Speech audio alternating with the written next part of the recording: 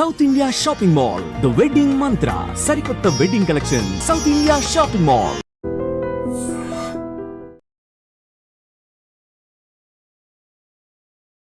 నమస్కారం, welcome to I dream. ధర్మ మార్గం విత్ విజిత కార్యక్రమానికి స్వాగతం.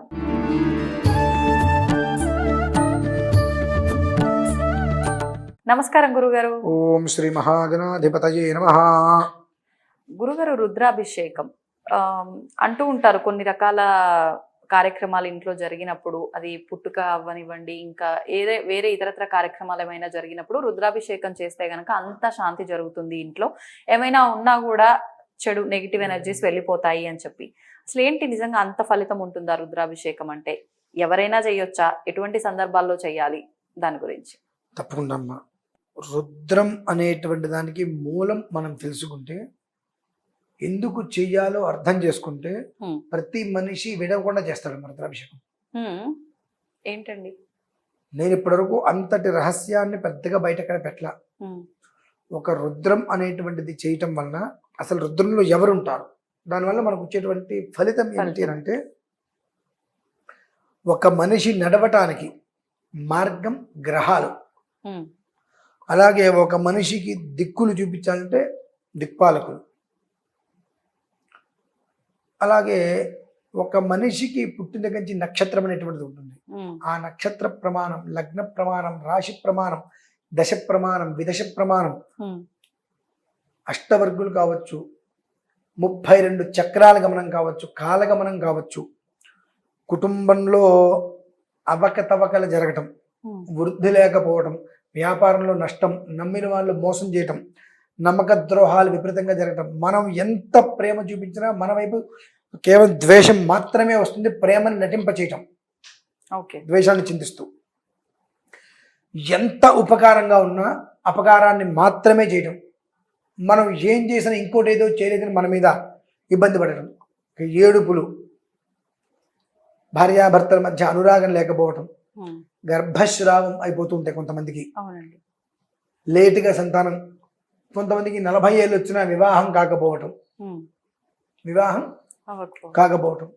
కష్టపడి అన్ని పనులు నేను పూర్తి చేసుకొస్తే దాని యొక్క ఫలితం వేరేవాడు తీసుకోవటం, మన కష్టాన్ని మొత్తం క్రెడిట్ వేరేవాడికి వెళ్ళిపోవటం.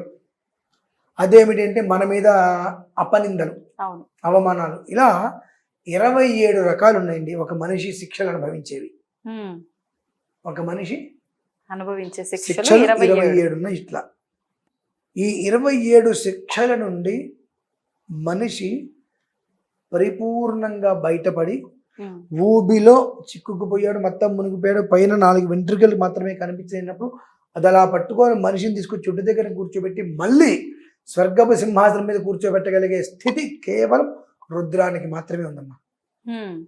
నమ్మినా నమ్మకపోయినా. నా రుద్రో రుద్రమర్చయేతు.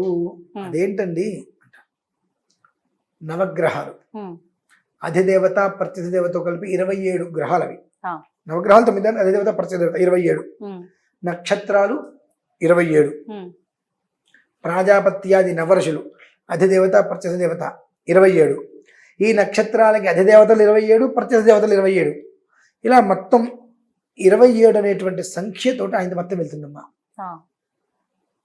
అంటే ప్రతి ఒక్క దాంట్లో మనిషి జీవితానికి ఎదుగుదలకి కావాల్సింది 27, మనిషిని నాశనం చేసేవి 27.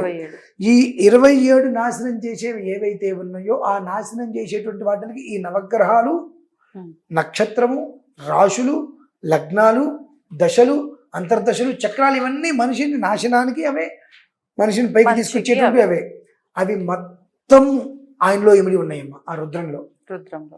అంటే గురుగారు, ఇప్పుడు ఇవన్నీ ఏదైతే 27 రకాల ఇబ్బందులు ఉన్నాయో, అలాంటి ఇబ్బందులు మేము పడుతున్నాము, ఇంకా వాటి నుంచి బయట పడలేము అన్నప్పుడే చేసుకోవాలా, లేదు అసలు నార్మల్ గా కూడా చేసుకోవచ్చా? చేసుకుంటే ఇలాంటివి రాకుండా ఉండే అవకాశం ఉందా? ఎప్పుడు మనస్సు శుచిగా ఉందంటే ఈశ్వరారాధన చేసుకోండి.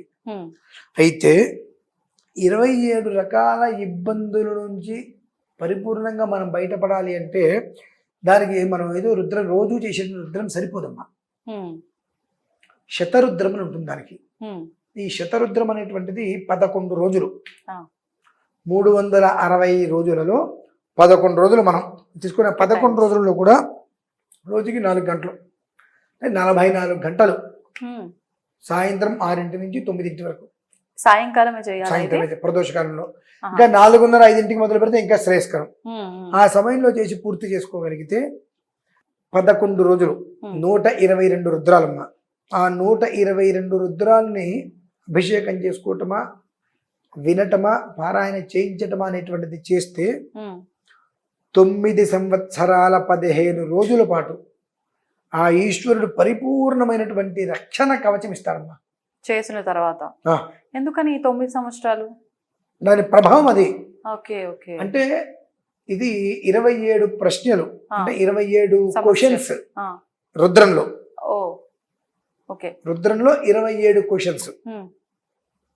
ఆ 27 క్వశ్చన్స్ కి ఎట్టుంచి చూసినప్పటికీ కూడా గ్రహగతులు కావచ్చు, నక్షత్రగతులు కావచ్చు, ప్రాజాపత్యాది నవర్షులు కావచ్చు, నవదుర్గాలకు సంబంధించిన కావచ్చు, ఇవన్నీ కూడా 27 తోటే అనుసంధానమై ఉన్నాయి. ఈ 27 ఇంటూ 122 మీరు పెట్టుకోండి. 27 క్వశ్చన్స్. ఈ క్వశ్చన్స్ 27 అంటే ఆ 27 క్వశ్చన్స్ ని 11 టైమ్స్ చెప్పాలి రోజు. అలా మనం లెక్క వేసుకుంటూ వెళ్తే దానికి వచ్చేటువంటి సంఖ్య ఆ వజ్ర కవచం లాగా మనల్ని కాపాడేటువంటి సంఖ్య 9 సంవత్సరాల 15 రోజులు. అప్పటి వరకు కూడా 5 వేళ్ళు నోట్లోకి వెళ్ళటంలో ఏమాత్రము ఆలోచన లేదండి. కంటికి నిద్ర, కడుపుకి తిండి, చేతికి పని, ఈ 3 ఉంటే మనిషి సుఖంగా ఉన్నట్టే. ఆ 3 నిరంతరము కూడా ఎలా వృద్ధి చెందుతాయి అంటే శుక్లపక్షంలో చంద్రుడు ఏ రకంగా రోజు రోజుకి వృద్ధి చెందుతూ ఉంటాడు, గర్భస్థ శిశువు రోజు రోజుకి ఎలా వృద్ధి చెందుతాడు, అతను బయటకు వచ్చిన తర్వాత దినదిన ప్రవర్ధమానం ఎలా ఉంటాడో ఆ రకమైనటువంటి వృద్ధి తప్ప ఇంకేముండదు. అంతకుమించి ఇంకేం కావాలమ్మా? అంటే ఈ 27 అనేటువంటిది ఏవైతే ఉన్నాయో దుష్కర్మలు, అది లగ్నాన్ని అనుసరించి నడుస్తూ ఉంటాయి. ఇందులో రకరకాల విధానాలు లోపల అంటే ఒక్కొక్క దానికి లోపలికి వెళ్తే భూత ప్రేత పిశాచబద్ధ బ్రహ్మ రాక్షస యక్ష యముదూత అని చెప్పి ఇవన్నీ మళ్ళీ వస్తాయి. ఇన్ని రకాలైనటువంటి ఈతి బాధలు చెప్పబడి ఉన్నాయో వాటి నుండి మరలా అనేటువంటి మాట లేకుండా పూర్తిగా కూడా బయటికి తీసుకొచ్చి పెట్టగలిగేది ఏదైనా ఉన్నది అంటే అది కేవలం రుద్రం మాత్రమే. రుద్రము అనగా సర్వకాల సర్వావస్థలు యందు కూడా ఆ యొక్క కుటుంబ వంశం అన్నిటికీ కూడా భద్రత కల్పించేటువంటిది రుద్రము. ఇక దాని గురించి ఇంకా మనం వివరంగా చెప్పుకుంటూ వెళ్దామని అనుకుంటే ఒక 8 గంటల సేపు ఇక్కడ నేను కూర్చుని వివరంగా చెప్తే నమశివాయ అనే 5 అక్షరాల్లో మొదటి అక్షరంలో 1000 వంతు కూడా మనం చెప్పుకున్నట్టు కదండి. 8 గంటలు ఏకధాటిగా నేను చెప్తా. చెప్పిందంటే మొత్తం మీరు ఏం జరిగిందంటే నమశివాయ 5 అక్షరాల్లో మొదటి అక్షరంలో 1000 వంతు నేను చెప్పలా. ఆ నమశివాయ అనేటువంటి పదం మీద 450 పేజీల పుస్తకం ఉంది మన దగ్గర. రుద్రం అంటేనే అంత గొప్పది. అకాలం అనేటువంటిది ఏదీ లేకుండా కాలానుగుణంగా ఏ కాలంలో ఏది ఏ రకంగా జరిగితే ఆ ఒక్క జీవి అద్భుతమైన జీవితాన్ని అనుభవిస్తాడో అది ఒక ప్రణాళికగా ఇచ్చేటువంటిదే రుద్రం. కనుక ప్రతి మనిషి తన జీవితంలో 11 రోజులు 11 సాయంత్రాలు 44 గంటలు మనది కాదు అనుకొని ఇంట్లో ఏ పనైనా చేసుకో. ఆ రుద్రం ఓం నమో భగవతే రుద్రాయ ఓం భూర్భువస్సువః ఓం నమస్తే రుద్రమన్యేవ ఉతో తైషవే నమః నమస్తే అస్తు ధన్వనే బాహుభ్యామతే నమః యా తైషు శివతమా శివం బభూవతే ధను శివాశరవ్యా యాత వతయా నో రుద్రమృడయా యాతే రుద్ర శివాతనురఘోరా పాపకాశిని తయానస్తను వాశంతమయా గిరిజంతాభిచాకశీ యా మిషుంగిరిశంత హస్తే అనుకుంటూ ఇక్కడికి ఒక ప్రశ్న,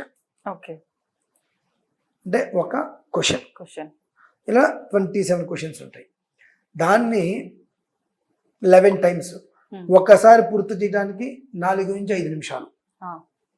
ఇంకాస్త లాగ్ అంటే కాస్త చిన్నగా చెప్తే 7 నుంచి 8 నిమిషాలు ఒక రుద్రం.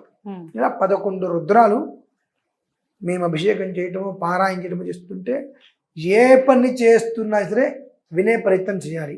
అలా 11 రోజులు కనుక విన్నట్లయితే, రోజుకు 11 సార్లు 11 రోజులు విన్నట్లయితే ఉమ్, దీర్ఘకాలికంగా ఉండేటువంటి సమస్య కావచ్చు, వ్యాధి కావచ్చు, ఆ, 85% తగ్గిపోతుందమ్మా. 85%. తగ్గిపోతుంది. ఓకే. మిగిలిన 15% కాస్త కర్మానుసారం కర్మ ప్రారంభం అనుభవించాలి. ఉహు, అది కూడా మనం అనుభవించక్కర్లేదు అనుకుంటే తీసేయచ్చు. మన పిల్లలు దాన్ని అనుభవిస్తారు. ఓకే. ఓకే. కాబట్టి అది కూడా మనమే అనుభవించేస్తే మన పిల్లలు ఆ తర్వాత పిల్లలు సంతోషంగా క్షేమంగా ఉంటారు. ఉమ్. దానికి మూలమే రుద్రం. ఇప్పుడు ఇది ఇంట్లోనే చేయాలా? ఎవరింట్లో వాళ్ళు ఎవరు ఎక్కడైనా చేయించుకుంటారు? చేసుకోవచ్చు. ఆలయంలో కూడా చేసుకోవచ్చు. ఆలయంలో చేసుకోవచ్చు, ఇంట్లో చేసుకోవచ్చు. ఓ 20 మందో 30 మందో 40 మందో సమూహంగా అనుకొని ఉమ్, ఎక్కడైనా ఒక చోట మనం నిర్వర్తించుకుందాం అనుకుని కూడా నిర్వర్తించుకోవచ్చు. ఓకే. అద్భుతం. అది నేను చెప్పడం కాదు కానీ అమ్మా, ఉమ్, ఆచరిస్తే మాత్రం అద్భుతాన్ని చూస్తారు ఉమ్, గ్యారంటీగా. అందువల్ల యోగమే అది. ఉమ్, అది అందరూ ఎంతవరకు ఆ యోగాన్ని అనుభవించగలుగుతారు, యోగాన్ని స్వీకరించగలుగుతారంటే దైవేచ్ఛ. అంతే. నిజంగా చేయాలన్న ఆలోచన రావాలన్నా కూడా ఆయన అనుగ్రహం ఉండాల్సిందే. అంత ఈజీగా అంటే చేయించుకోవాలని అందరికీ సామాన్యులకు రాదు నిజంగానే కదా గురుగారు? ఎవ్వరికీ రాదమ్మా. ఉమ్, అది వచ్చింది అని అంటే జన్మకృతంగా అనుజన్మకృతంగా చేసినటువంటి దోషాలు నిర్వీర్యం. ఓకే.